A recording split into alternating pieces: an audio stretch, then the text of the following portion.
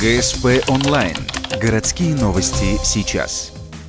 Четверг, 9:30, школа номер 18. Под присмотром наблюдателей сотрудники школы вскрывают опечатанную посылку. В ней находится диск с заданием и официальные бланки для ЕГЭ. Сегодня в школах Ухты проходит первый из обязательных единых госэкзаменов. Сдают русский язык. Посылку с заданием утром в школу доставил сотрудник полиции. После распечатки пакета в спецпрограмме вводят ключ. Он через интернет дает доступ к заданию. В бумажном виде экзаменационное задание распечатывают в каждой аудитории отдельно.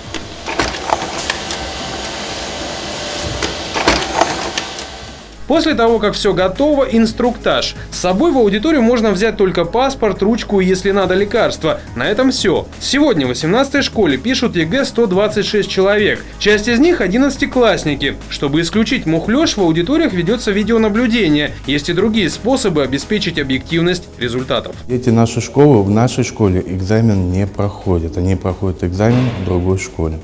В нашей школе сдают экзамены дети школы номер 3, дети гуманитарно-педагогического лицея и выпускники прошлых лет. Задание для ЕГЭ занимает 6 листов плюс обложка. На выполнение 3,5 часа. В процессе можно выйти освежиться, но только с сопровождением. После окончания ЕГЭ официальные бланки будут запечатаны и в сопровождении полиции переданы в управление образования на проверку. Результаты станут известны в течение 10 дней. Следующий экзамен из серии обязательного ЕГЭ пройдет в 18-й школе 1 июня.